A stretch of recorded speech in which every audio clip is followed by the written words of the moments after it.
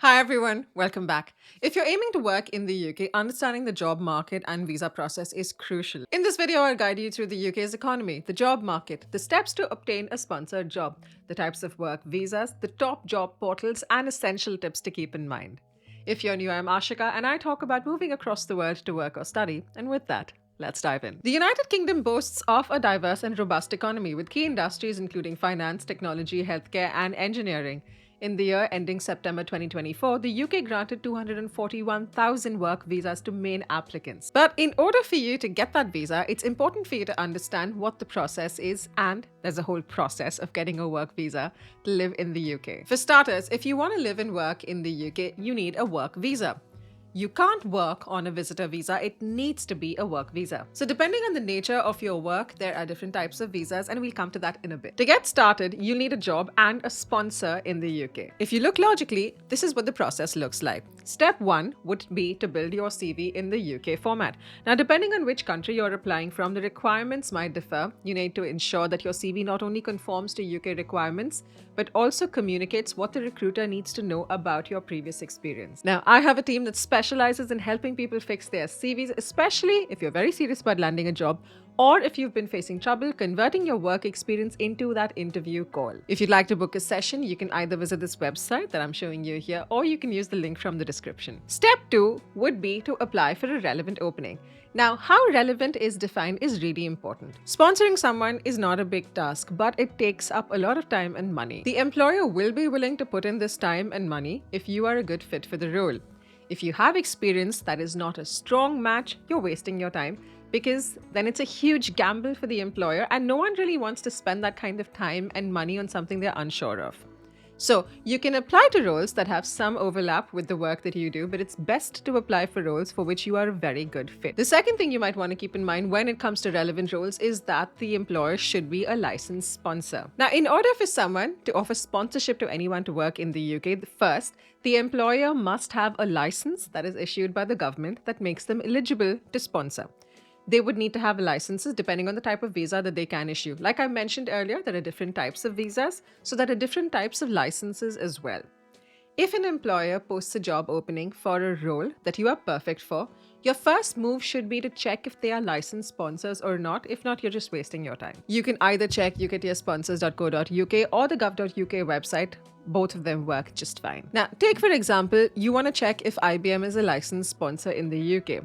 This is how you check. But what happens if they aren't licensed sponsors? It means they prefer hiring locally, and unless you are the Elon Musk of your industry, it might not help. If talent is extremely exceptional, or if it's a role that is very niche, then they might be willing to apply for a license just to hire you. But let's be honest, it's very rare. So you might want to apply, but don't get your hopes too high. Now, step 3 would be to secure a job offer. If everything goes well, you'll receive an offer before which you should have discussed your requirement for sponsorship. You should also discuss who will bear the cost, whether your family's cost can be covered, whether they offer travel and relocation expenses to be reimbursed, because some employers do offer all of these advantages. Now, once this is done, step 4 would be for your employer to then apply for a COS or a certificate of sponsorship. You cannot apply for this yourself. Your employer needs to do this, and they also need to cover the cost of this themselves. They cannot pass on this cost to you. If they're asking you to pay for this, something is seriously wrong with this whole deal. You might want to rethink this whole thing. Step 5 is for your employer to then apply for your work visa. Now, either you or your employer can apply for it, and the same goes for paying for the visa. The best part is that you apply for this online from the gov.uk website. And in case you aren't aware, the gov.uk website is the website for the government of UK for all official communication on pretty much everything. After you apply online and you pay the visa fees and all the other fees, you'll receive your visa, and then you'll be able to start working and you'll be able to move to the UK. Now, let's break down the actual types of work visas available in the UK. In terms of long-term visas, there is the very popular, the skilled worker visa. There's also the health and care worker visa, and there's a senior or specialist worker visa. These 3 visas make up the most popular visas because most people find it easy to move to the UK using these very specific visas. Let's break down the skilled worker visa first. Now, in order to be eligible for a skilled worker visa, you would need a job offer in a qualifying role from a UK employer with a valid sponsor license, like we just discussed. The visa can be valid for up to 5 years and you can renew it post that, or you can apply for an ILR or an indefinite leave to remain, which is similar to a PR. The gov.uk website mentions the costs, and you also need to factor into account the NHS cost that you will have to pay, which is the IHS surcharge or the immigration health surcharge, which basically gives you access to healthcare in the UK. Now, this visa allows you to take your family along with you. And while you're on this visa, you can work for your sponsor. You can also take up additional work if you want that supplementary income. And you're allowed to study, but remember, you can't access public funds. Next up, we have the health and care worker visa. To be eligible, you would need to be a qualified health professional with a job offer either from the NHS or from related organizations. The NHS is the public healthcare system in the UK and is the biggest employer in the UK. The visas, like the previous one, can be valid for up to 5 years, and once again, you can either extend after that or apply for an ILR. Now, when it comes to the health and care worker visa, the costs are a little lower because you do not have to pay for the IHS or the immigration health surcharge because you're a healthcare employee. Once again, your family is allowed to accompany you and you're allowed to work for your sponsor. You can do limited additional work and you can study. Once again, you cannot access public funds. While both of these visas would need you to apply for a job, get sponsored, and then move to the UK, there is a visa which is specifically meant for transfers, which is the Senior or Specialist Worker Visa. It was called the ICT earlier. So for instance, if you work for IBM in India and you've received a transfer to the UK branch, you will use this specific visa to move.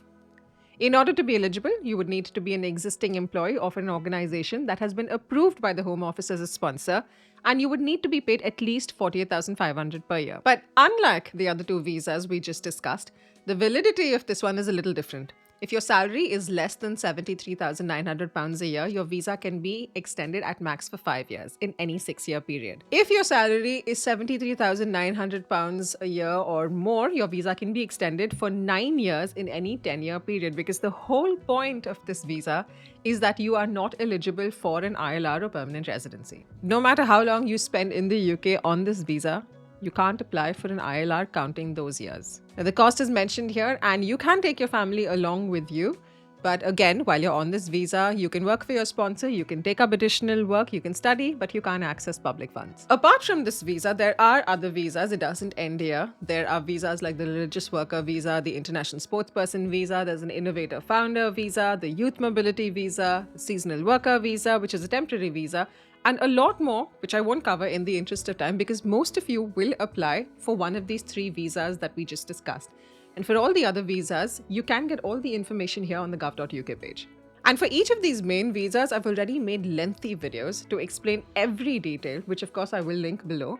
So if you want, you can check them out, because there are lots of finer details for all of these visas, including breakdown of the cost for specific scenarios. So it makes sense if you want to go through those videos at a separate point. Alright, now let's break down where you would need to start your job hunt in the first place. Now, this is where you should be really careful. There are many scams going on when it comes to sponsored jobs in the UK, because the scammers have honestly realized that there are so many people desperate and they quite literally look for such people to scam them, take their money and disappear. When you start your job hunt, the first thing you need to be careful of is where you look for a job. Ideally, stick to these websites. There's the gov.uk, which is the government page. There's NHS Jobs, which is again run by the government. There's LinkedIn, Indeed. There's also Reed. You can check Total Jobs. And you can check CV Library. Now, that being said, it doesn't mean you can't get scammed using these websites. Sometimes scammers post fake openings, so it's really, really important that you do your research. And that's it. But, before you go, make sure that you have checked the cost of living when it comes to getting a job in the UK. Don't just accept any salary they offer you, because while it might seem like a lot of money on paper, it doesn't necessarily always translate into a comfortable lifestyle in the UK. The cost of living is very high in the UK. The salaries usually don't match that. And a lot of times you'll end up earning less than you need to spend. So it's very important that you calculate what your cost of living is going to be when you move to the UK. And that might be tricky if you think about it, but I've made an entire video that will help you understand how much you're going to spend and help you calculate it yourself, so that you know if this makes financial sense for you or not. And if you need more help on that, you can just watch this.